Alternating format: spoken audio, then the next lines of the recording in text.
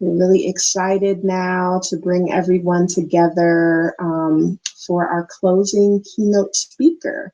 And I am honored to introduce her to you. Our closing keynote is Elizabeth Yeampierre, who is an internationally recognized Puerto Rican attorney and environmental and climate justice leader of African and indigenous ancestry, born and raised in New York City. A national leader in the climate justice movement, Elizabeth is the co-chair of the Climate Justice Alliance. She is executive director of Uprose, Brooklyn's oldest Latino community-based organization.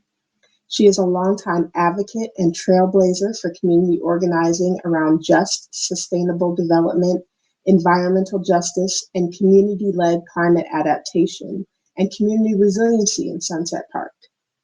Prior to assuming the executive director position at Uprose, Ms. Yeampierre was the director of legal education and training at the Puerto Rican Legal Defense Fund, director of legal services for the American Indian Law Alliance, and dean of the Puerto Rican Student Affairs at Yale University. Please join me in welcoming Elizabeth Yeampierre. Thank you so much, Amber. What an honor to be in community with all of you today. Ashe. It's such an honor. It's been a really difficult year where it's become increasingly challenging to be upbeat. You know, we've lost childhood friends and family. Literally, the front line of the climate crisis has been the most impacted by COVID. And so I'm so happy to be in company of people of color, the folks that are holding the line for our communities and for our survival. I'm hoping that as I'm closing the conversation that you've been inspired by all the conversations that have taken place during this gathering, and even those that have triggered you will hopefully move you into climate action and frontline movement building. And, you know, in order to talk about how we walk in our power, we need to first recognize the threats. My grandmother said, "No tapes el cielo con la mano," don't cover the sky with your hand. What it meant was whether it's sunny and bright or dark and there's thunder, that, you know, Ochum is gently soothing the bees and Oya is whipping the air. Hear that background noise. And I'm in Brooklyn, Lenape territory, so that's what you're hearing. And Yeampierre is angrily raising the sea. So we have to see it. You can't look away. You'll always have to know when and how to navigate your way through it and listen to the ancestors and see what they're showing you. So how do we talk about where we're heading and what we're seeing and where we are and how we got here? Like climate change, the conditions of our communities are the consequence of a long history of extraction. We share legacies of fighting colonialism as well as race, class, and gender oppression while advocating for environmental and climate justice. We are the descendants of enslavement, colonialism, and extraction. And our communities are the first and most impacted by the storms, the fires, the floods, and droughts, and are disproportionately burdened by pollution, poverty, and systemic violence associated with white supremacy, capitalism, and the multinational corporations driving these ecological crises. This is not a future problem. This is happening right now. If we just remember some examples that have happened in the recent past, like Hurricane Katrina, I remember what it looked like to see those bodies going by on my television screen. And as painful as it is, I want to remember so that I am inspired and moved to fight as hard as I can to prevent that ever happening again. And what happened thereafter? What happened there is that, you know, the Gulf South became an opportunity for gentrification, for displacement, for extraction, despite what we had seen on the screen. With Hurricane Andrew in Houston, you know, a community that is surrounded by petrochemical industries, where the concept of a just recovery was born and further developed by the Climate Justice Alliance, frontline leadership who worked really hard to develop what does a just recovery look like in the face of recurrent extreme weather events and how they're going to impact our communities. That framework came from the brain trust of the Climate Justice Alliance leadership, frontline folks, underfunded, underpaid, working really hard to ensure the survival of their aunties and their families. But recently appropriated by 350, who received visibility and funding, another kind of capitalism. It's extraction of the brain trust of those most impacted. Like them, other empire builders, big greens and emerging greens, seem to need to continue to speak for us and deepen our colonization and serve as contemporary saviors while talking about Black Lives Matter, racial justice, and equity, all while taking from our communities language and frameworks that describe the solutions that will take us out of harm's way. Like their ancestors, they have a culture of practice that is about taking. And we have to see it and we have to name it so that we can navigate our way around it. Hurricane Maria with Puerto Rico became an opportunity for US-based students to learn and practice, for academics to write books and articles, speculators to buy up property, companies to come in and privatize, and nonprofits to helicopter in to an archipelago that has endured indignity, the indignity of colonial status, austerity, and neglect for generations, and already had the solutions that we should have been supporting. The challenges go beyond an extractive economy and are firmly nestled in an extractive culture of practice that, regardless of being green, models capitalism and patriarchy. The sad truth is that we have always been the tree shakers and white supremacists, capitalists, and patriarchs, the jelly makers. And in the midst of all of it, in the midst of all of the challenges that we have been going through individually, personally, and community-wide, we have been getting legislation passed, like the Climate Leadership and Community Protection Act in New York, laying down infrastructure. Locally, we've developed models of what green reindustrialization can look like instead of killing us, and we are building the bigger we. But if we're following my abuela's lesson of not covering the sky with our hand and really looking, seeing, as we should, it's important to know that just like hip hop, the country has appropriated the language of climate justice without the experience of emceeing over our house parties, neighborhood block parties, or knowing how to attach equipment to a lamppost for electricity. I digress. My point is that appropriated language and narrative from someone else's lived experience, making money off of someone else's legacy of extraction and their local brilliance, that is the constant struggle. And, as the bearers of the historical and present day brunts of environmental degradation and climate change, our communities are at the forefront of the solutions. And our ideas should be generating power and investments for our communities, not a new generation of green colonialism. Notwithstanding all these threats, and there are a lot of them, and so I think it's important to name them, and I'm not trying to be a neckhead, I'm just trying to bring clarity to all the different struggles that we are engaged in at so many different levels, because white supremacy is baked in so much of that. But the good news is that frontline communities continue organizing translocally to fight the bad and build the new in our own neighborhoods, cities, and states. Environmental justice communities are paving the way for a just transition away from an extractive energy models that have created this crisis to renewable and regenerative ones that leave no one behind. From community-owned solar energy systems like the one in Sunset Park, our community-owned solar cooperative, to offshore wind in South Brooklyn, we are working to create safe, good-paying jobs, to just recovery efforts that ensure that those most impacted by the crisis are built back in sustainable and safe ways based on our needs. That power is intergenerationally BIPOC and feminist-centered. We won't be stopped. But in order not to be stopped, we must be leaderful. We must resist celebrity culture and allowing others to select our leaders for us. We have to remember that media and visibility is just an organizing tool, and that shine is meant to be shared, just like power, just like resources. Just last week, because we need to not only talk about the local, we also need to talk about national and global issues because we are part of a global community. We are the global majority. Just last week or the week before, President Biden convened a virtual leaders summit on climate with 40 world leaders in preparation for the United Nations Conference on Climate Change, commonly referred to as the COP, which is to take place in Glasgow, Scotland this fall. And one key objective of the summit in COP26 for the Biden administration is to catalyze efforts that keep the 1.5 degree goal within reach and highlight examples of how enhanced climate ambition will create good paying jobs, advance innovative technologies, and help vulnerable communities adapt to climate impacts. And we appreciate Biden's ability to participate in international bodies once again.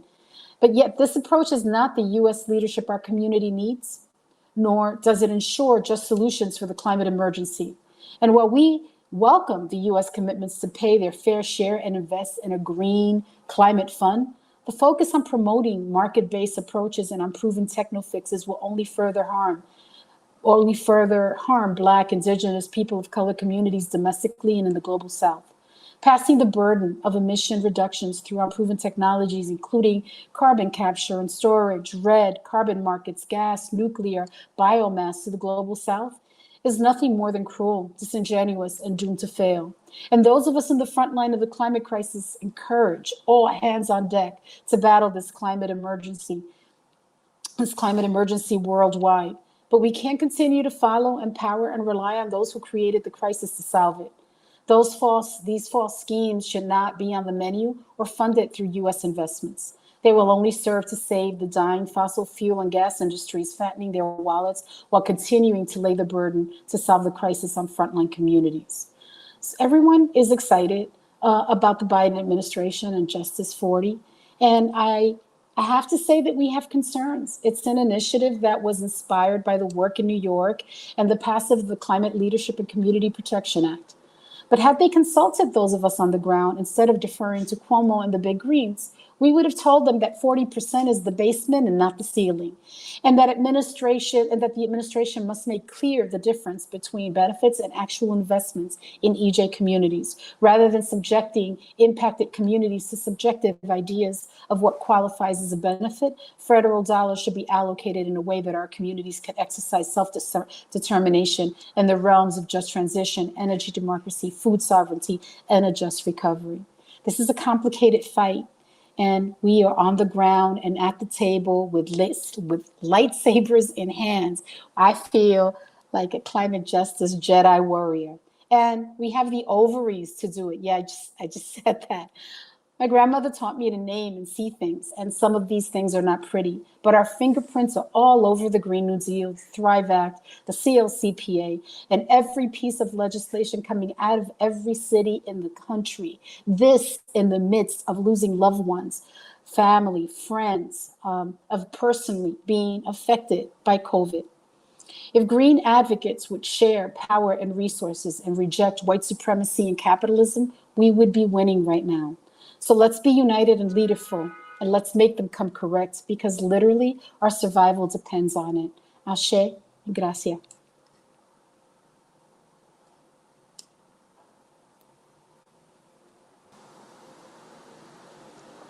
Hi, Elizabeth.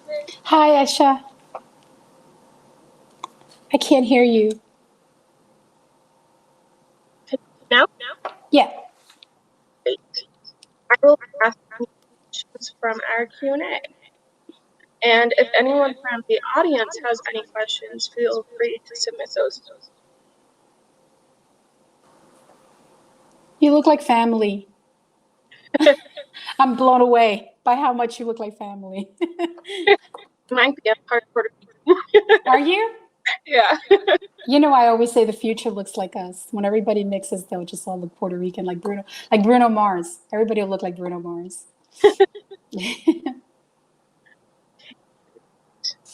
So I got a question is, how should organizations be tapping into the Justice 40 initiative? What that process looks like is something I think that is being developed right now. And our hope was that the resources would go into investments and not benefits, and that there wouldn't be a nonprofit feeding frenzy. You know, that frontline community groups that were responsible for that initiative would be the first to benefit from it. I know that Shalonda Baker, the Department of Energy, and some of the folks that are now at the White House Council of Environmental Quality are creating that process. And I don't really know what that looks like yet. But it'll be interesting to make sure that it is streamlined, that it is accessible, and that it doesn't put frontline communities in a disadvantaged position of accessing the resources, because you know that bigger organizations who have development departments can access those resources a lot quicker than the people on the ground. So I'm hoping that some of the learnings from philanthropy that's been working on making resources more accessible to the front line are used in designing what that looks like. Great, thank you. Is where do you find when it is so time to continue to fight for? Where do I find inspiration to keep fighting? I all you have to do is look at your family, look at your people. I remember when I was a little girl, my uncle, who was Black, queer, Rican, being pelted with rocks, and me putting my little body across him and saying, when I grow up, I can't let this happen. I don't know how to answer that question, except that it drives me, fighting for my people, for my existence, for the existence of the next generation, honoring our ancestors, the fact that we exist because they believed that we could. It's a hard question to answer, because literally it's just, some of us manifest warriors, right? And that's what we do. And some people get taken out, and some people get energized by a challenge. And I don't remember a time in my life where I was told no, that I said, what? Okay, now. So yeah, I just think that, I'm blessed, and that I'm also, it's easy to do in these moments when you're part of a movement that's leaderful. And a movement that's leaderful creates space for people to step in and others to step out in those moments when you're tired, when you're unwell, when things become overwhelming. And so I think that that you get inspiration from that you don't have to be present all the time. That has been something that I've learned in the Climate Justice Alliance, has sustained me through some of the most challenging times in my life in recent years. Okay. Can you outline strategies for pushing against market-based approaches that seem to dominate as solutions for climate change? Yeah, there are a lot of local recommendations that are coming out of the Global South and throughout the United States. And some of them, I know that there was one presented by France about how to address reducing carbon. I don't know if it was at the last COP. But those are things that if you do the research, if you go to the Climate Justice Alliance, or if you go and you look at what they're doing in the continent of Africa and in Latin America, people are talking about food sovereignty. They're talking about decolonizing the soil. They're talking about living with what they need instead of what they want. They're talking about a move away from capitalism, because capitalism is killing the planet. And I think that people think that they can come up with green solutions that are capitalist, and that's just not going to work. It's like saying, well, instead of making 1,000 widgets, I'm going to make 1,000 green widgets, right? You're still making 1,000 widgets. So I think that to learn about those solutions, you really have to look at place, and it looks different in different places. So if you're going to, to our indigenous people have solutions. Our people in the African continent have different solutions. Throughout the Americas, people have solutions, and they don't look the same in different places. So even if you looked at a place like Puerto Rico, what a community that is carbon neutral, that is addressing the threat of climate change, looks like on the coast is not the same as what it looks like in the mountains. It's not the same as what it looks like in an urban community. So I would not be able to say to you, okay, this is the way you do it, because there is no cookie cutter response to that question, but there are local solutions that get us there. And so I would urge people to look at those. I think that the path to climate justice is local, and that those solutions are local, and that's the only way that we're going to be able to survive. And some of them are at scale. We're looking at offshore wind, and we were really successful in attracting a $200 million investment for offshore wind in South Brooklyn.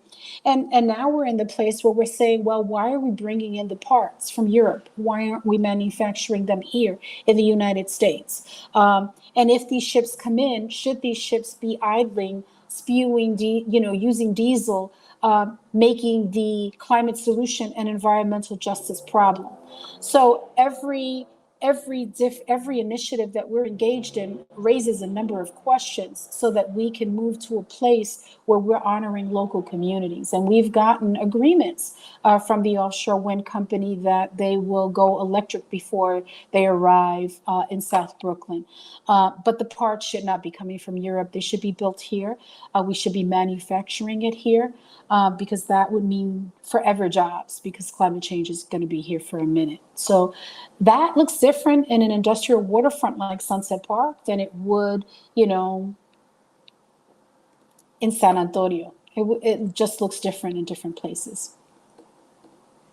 Okay, so the next question is, with the impending bills / federal resources coming down the pipeline, how do you think communities can and need to prepare to access the funds without the nonprofit feeding frenzy that you described?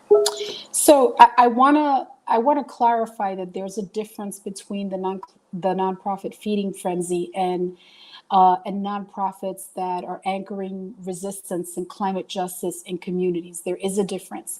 And a lot of times when people talk about the nonprofit industrial complex, they lump everyone together as if somehow these big empire building organizations are the same as frontline led grassroots organizations that have been doing the work to ensure that there's racial justice and equity in our communities. There's a really big difference.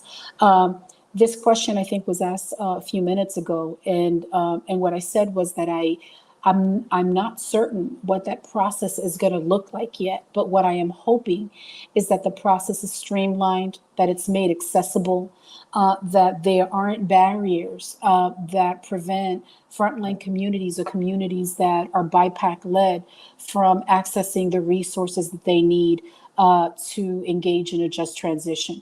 I'm concerned, for example, that, and I could give you an example here in Brooklyn where we fought a 7-year fight against a developer that wanted to gentrify the working waterfront, and we wanted a green reindustrialization, and we won that victory. We won that rezoning fight, and a number of nonprofits supported the developer and supported the displacement of the very community that they deserved because they had gotten grants from that developer. And now that we have been able to bring offshore wind to Sunset Park, now they're lining up for the resources. All of a sudden, they care about things that are green. So it's going to be more challenging. I mean, we get excited, but the truth is that there's going to be conflict. And so I'm hoping that in distributing the resources that they're looking at organizations that have deep roots in community, that are led by the people impacted, both on their board and on their staff, that they are developing a system and a process that makes it easier for people to access the resources, and that they are transparent about how those resources are being allocated and what the impact is going to be, and that others can build the capacity of frontline organizations so that they can access those resources. But I can't tell you what that process looks like because I haven't received any information yet about what it looks like. But those would be the things that I think are important, both from the funder perspective to help build the capacity so that our people can hit the ground running, and from the federal perspective so that so that we're not the tree shakers and other people become the jelly makers. So this question is a little bit related, but kind of moves more to thinking about the issue more on the ground locally. How can we solve climate injustice locally when federal policy determines what happens? What was the latter part of the question? When federal policy determines what happens? When Puerto Rico went through Hurricane Maria and we went through Superstorm Sandy, and Houston went through Hurricane Andrew, what you saw was a people-to-people just recovery. COVID, you saw people to people getting food and making sure that they took care of their communities. We were able to endure the Trump administration So my feeling is that regardless of who is in power at the federal level, that we have a responsibility to build locally, to move our communities to ownership and wealth, to create energy systems that we own, and that we are engaged in food sovereignty, because a lot of the folks that were getting food to their communities depended on a supply chain that might not exist because of recurrent extreme weather events. So I think that it has to be highly localized, and that we should be mapping our backyards, our rooftops, and spaces that are available, not just for deep engagement in energy democracy and food sovereignty, but to start creating the kinds of communities that can survive what's heading our way. Depending on the federal government, as we learned in Puerto Rico, as we learned in New Orleans and the Gulf South, and as we've learned in other parts of the United States, isn't going to save us. What we have right now under the Biden administration is a neoliberal government. While they've got Justice 40, they're also doubling down on investments on fossil fuel companies. So with one hand they give, and with the other hand they take away. And they are investing in market-based solutions. And so while people are really excited about this administration, the truth is that we are going to have to depend on historical knowledge, and we're going to have to reclaim traditions that were never passed on, because, well, some were, but a lot of them were lost, because to be an American, to be part of the United States, is to be part of consumption culture, and there's a lot that we've forgotten. But the truth is that the answers are really local, and all you have to do is look closely, and you can do it. We've here in Sunset Park, we've looked at every single backyard there is for food, for growing food. We've looked at every single rooftop, and in places that are densely populated, like New York City, real estate is not available, but we've got other kinds of things available to us. So as I said before, it looks different in every part of the country, but it is possible. And we have managed to survive, irrespective of whether the federal government has shown up for us or not. Great, thank you. So what connections are you seeing between community-based COVID response work and climate resilience? And how can we build on that?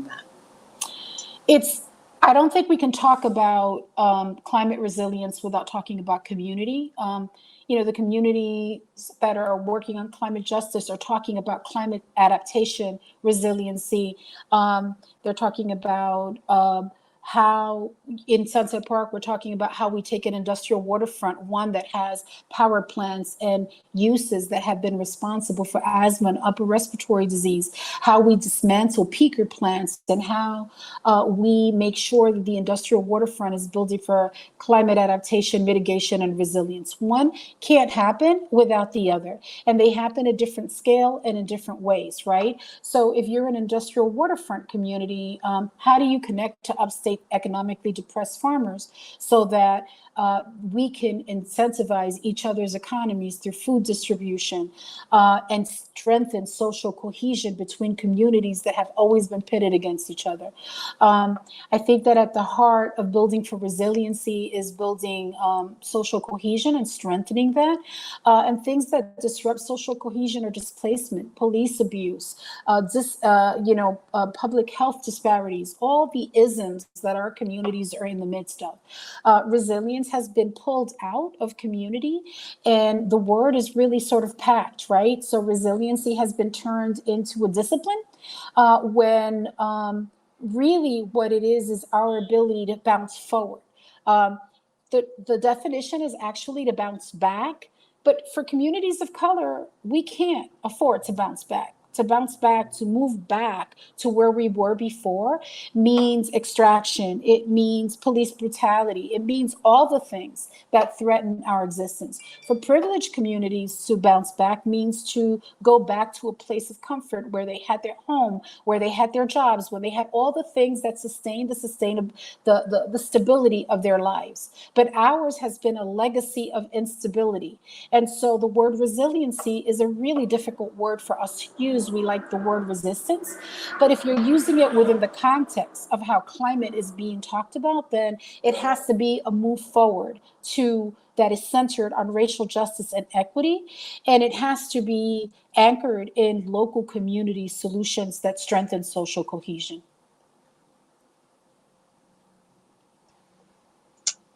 Is your organization doing any work around the pipeline in Brooklyn, either awareness or stopping the extension of the pipeline? And then also, if you could speak a little bit to the issue, because many might not be aware of it. So the pipeline is in North Brooklyn. And of course, this is a way of this is an organizer bringing in the question of the pipeline into the conversation. That's what we do, right? But we're based in Sunset Park. And so we do know that there are people in that part of Brooklyn that are fighting that fight. Uprose, as a member of the Climate Justice Alliance and the New York City Environmental Justice Alliance, stood in solidarity with Standing Rock. We did not go, and we didn't go because we didn't want to be in the way. It wasn't our place to be there for a selfie at a moment where there was so much at stake. But we did offer our assistance and our support and solidarity with our Indigenous sisters and brothers who were being threatened in Standing Rock. With the pipeline, we're a local organization. And so what I would say is that that fight is being led really well by people in the community that is being impacted by it, and we've followed it. And of course, we would lend solidarity if that is asked of us. All right. Any other questions from folks? I'm just checking the chat here. Okay, so what are the top 5 things you think? I'm sorry, 5 is so random. Go ahead. In order to move forward. What did you say, 5? What are the top 5 things you think our communities need in order to bounce forward? I think that a few things would be really helpful. Certainly supporting community-based planning, community participatory research, community-led solutions.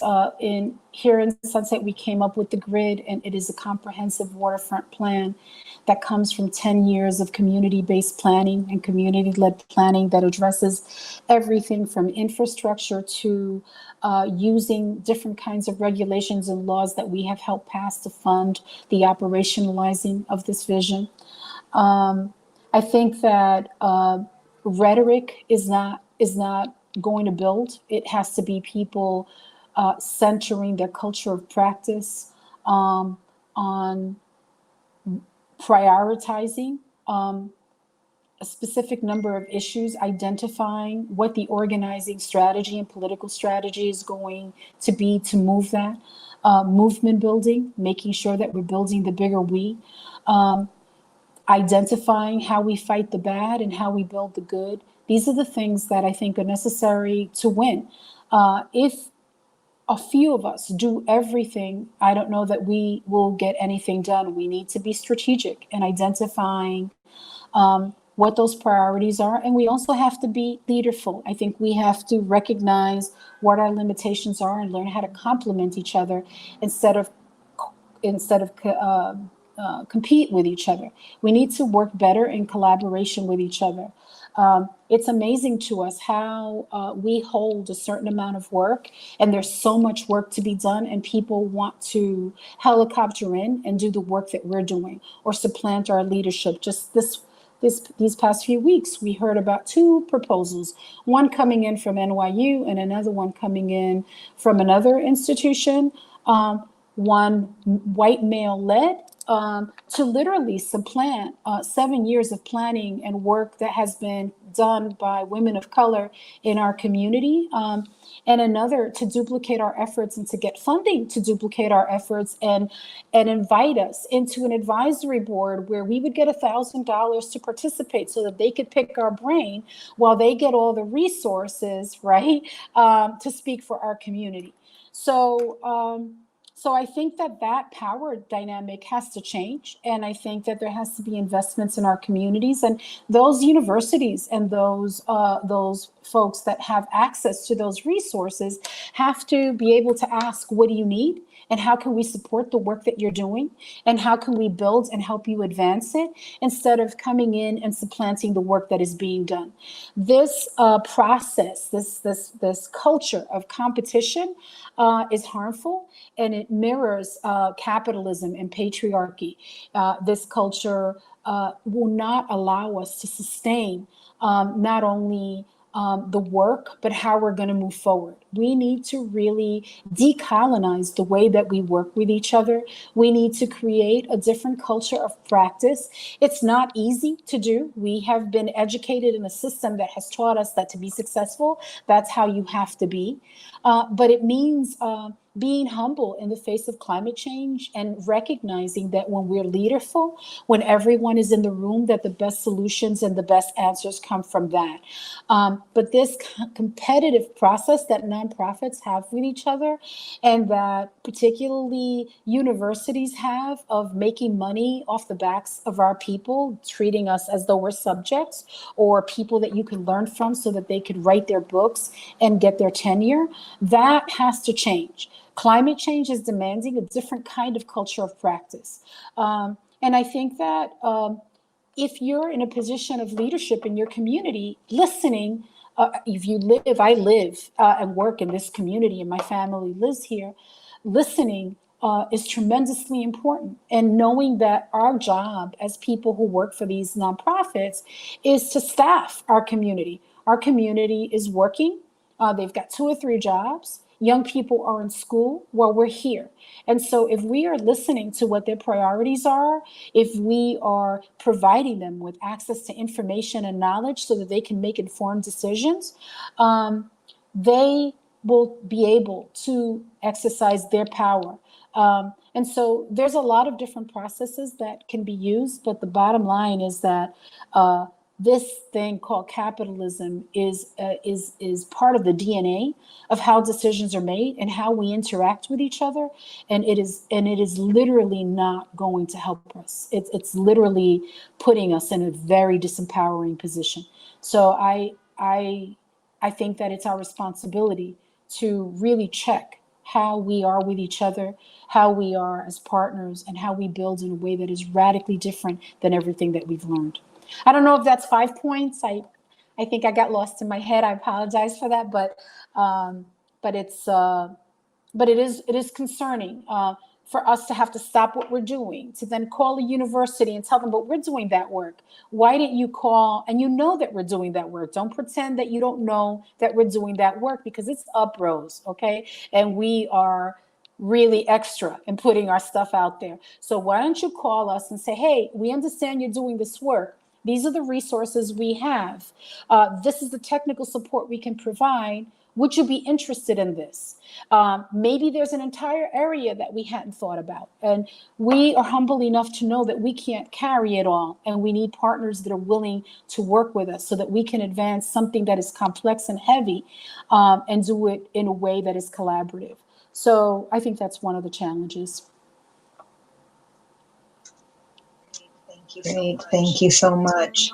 So knowing that Uprose is an intergenerational organization, we have a question that asks, what is our role as present and future elders to our youth?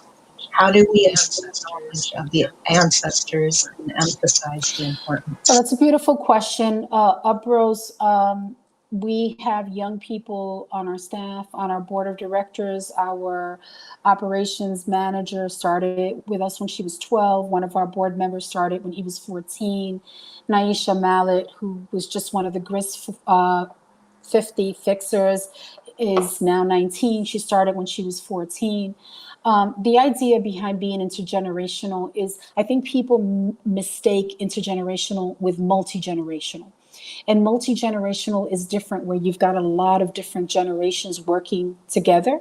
Intergenerational really means that you are learning from each other and growing across the table, across the age spectrum, that the answers don't lie with one generation, but they lie between all of the generations, that there is a lot that we can learn from each other, that I am going to be sharper and more on point because I am in relationship and building power with young people, people who are 14, 15, 20, 30, right, 40.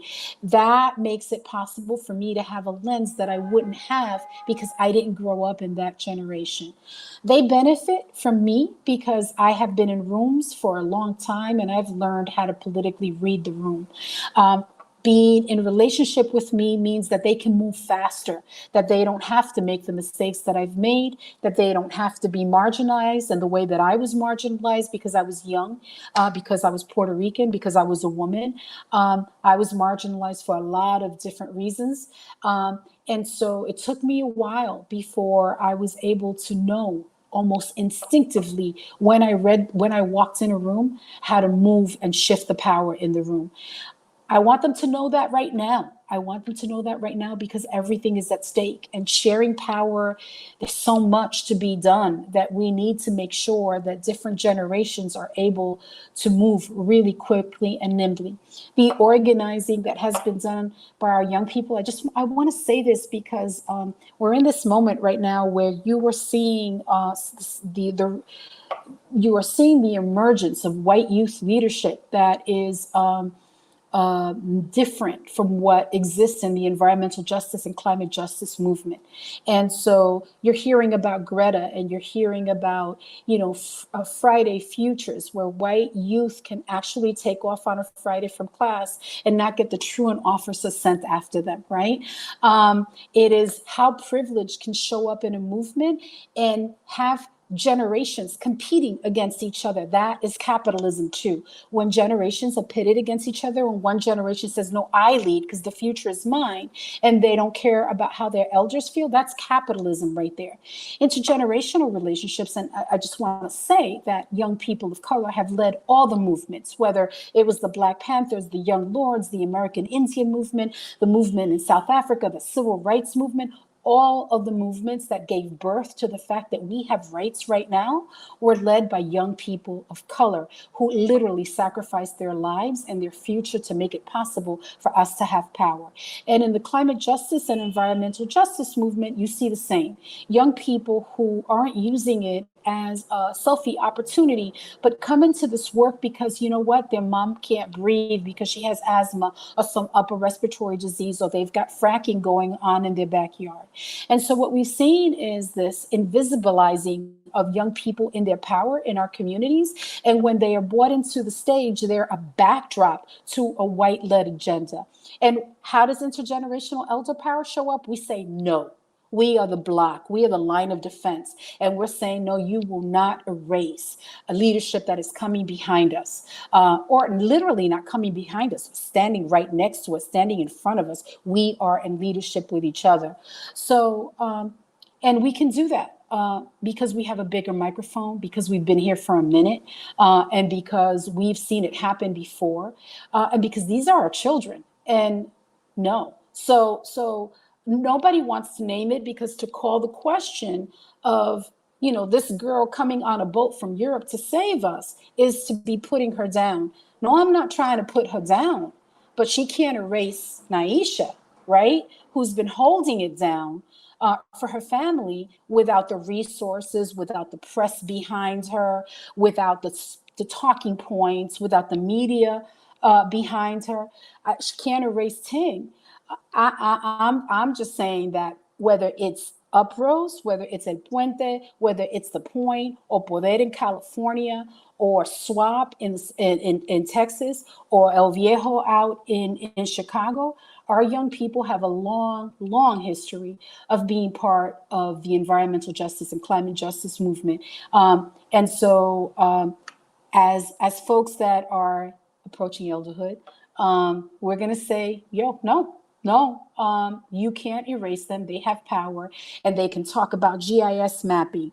They can talk about reducing carbon and co-pollutants. They can do circles around people of privilege because they've been living it, because literally the legacy of environmental racism lives in their lungs. And so I'm sorry, I feel really strongly about this, but I do remember being a young person in these spaces and how that felt. And so for those older people who feel threatened or challenged because young people may know more than them, I would just say celebrate that. That's what we want. Isn't that what we wanted? Didn't we want them to be the sharpest kids in the block? Don't we want them to know things that they can teach us? Aren't we more powerful and aren't we stronger if they know more than we do? There are things we know that they don't know. And so together, I think we're powerful. So I have been transformed, and this organization is stronger because it is an intergenerational organization. Thank you so much, Elizabeth. As an Afro-Latinx organizer, how do you combat anti-Blackness in your work?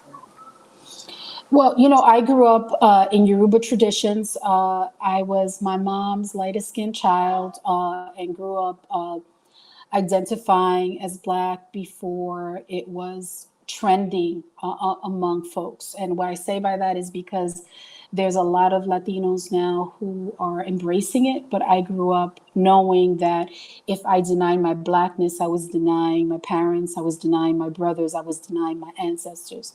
And so that has always been part of my ancestry. And my last name is Yeampierre, and my relatives are either from Haiti, Martinique, or Guadeloupe. That's my understanding. Probably Haiti. At least that my DNA says. That I'm 32% West African. But I've always identified that way. And so my feeling about anti-Blackness is that racial justice has to be centered in everything that we do. And that is in decision making, in hiring, in pushing back. I just recently, there is a new group in our community where we were talking about green jobs, and they said, well, we also need jobs for the way that they described it was they were defining immigrants as being Latino immigrants. And I said, no, but immigrants are also Black. And they were like, well, we're talking about Latinos. I said, but I'm also saying Black. And it was going back and forth until they deleted it from Twitter. And so yeah, I mean, we are part of the African diaspora, and that is power. The majority of the slaves came through the Mid-Atlantic. The enslaved came through the Mid-Atlantic trade, and over 95% of them ended up in the Caribbean and the Americas, and less than 5% in the United States. And so I think the minute that we understand that what my mom told me when I was little, that you may be light skinned, but you may have some relatives in North Carolina, that was a lesson about those are my people, and those are my people wherever they live. And so I learned that as a kid, and I just think that we need to embrace that, because that's where our power lies. Language and our nationality is a creation of colonialism, right? And so when we divide along language, when you've got the Spanish-speaking Caribbean not talking to the French or English-speaking Caribbean, it makes no sense to me, because French, English, and Spanish are all European languages. And what remains the same is who we are and who we were before we became that.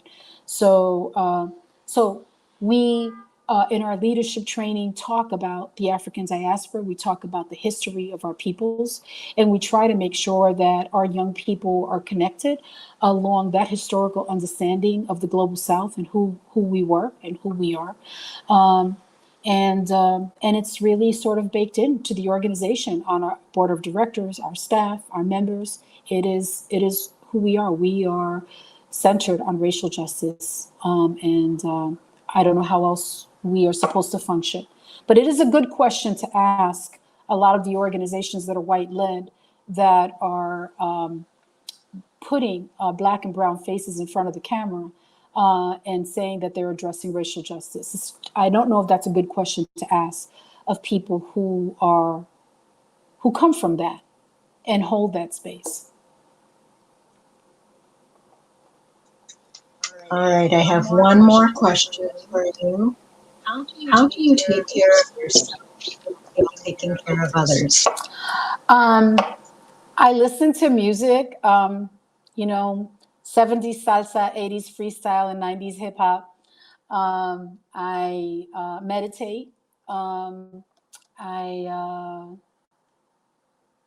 draw. I watch. Don't judge me.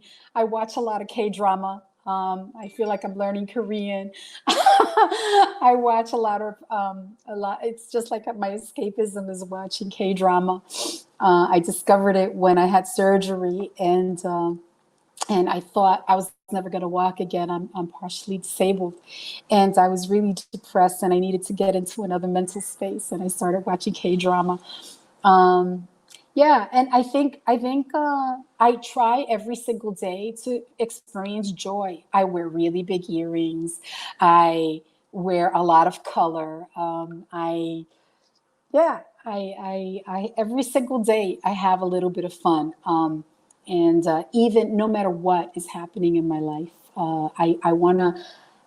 Last year, I had lost 4 relatives to COVID and almost went into cardiac arrest, and then realized that that I needed to make sure that I was fully present every single day of my life, and that I was celebrating myself, and that I was loving myself, and that that as much as I love my people, that I also needed to take care of myself because I was somebody's child.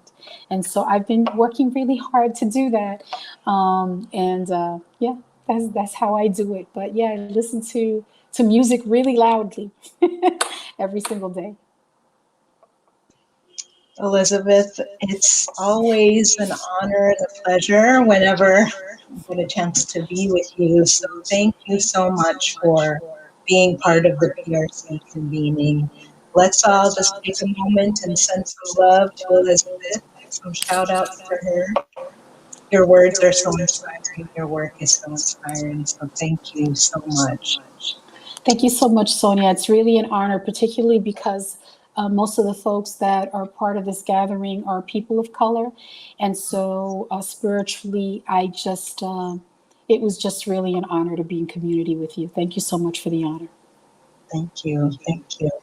All right. So PRC partners, we are now at the point where it's time to move into your breakout rooms with your teams. And you can spend some time now in conversation, taking all of the learnings from this entire convening and discuss the key takeaways and what you are going to be committing to do within your community and within your organization. So we're going to join back here as a large group here back on the main stage at 2:10 p.m. Pacific time, 4:10 p.m. Central Time, and 5:10 p.m. Eastern Time for each of our PRC partners and SEER to share out one thing that they are committing to or leaving the convening with as their critical insights. So thank you all again, and we'll see you soon.